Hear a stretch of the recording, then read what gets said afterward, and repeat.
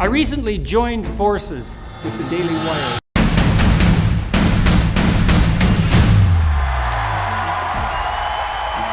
The plan is to build a multimedia empire offering services on the philosophical, educational, journalistic, and entertainment front, and an empire that will not fall prey to the woke authoritarianism that has become increasingly mandatory in so many places, including, let's say, the once great Disney.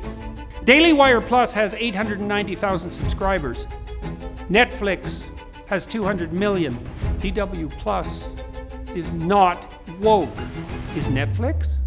Decide that for yourself, but give some consideration to supporting this new joint venture and help us continue educating and informing and battling on the side of tradition in the raging culture war.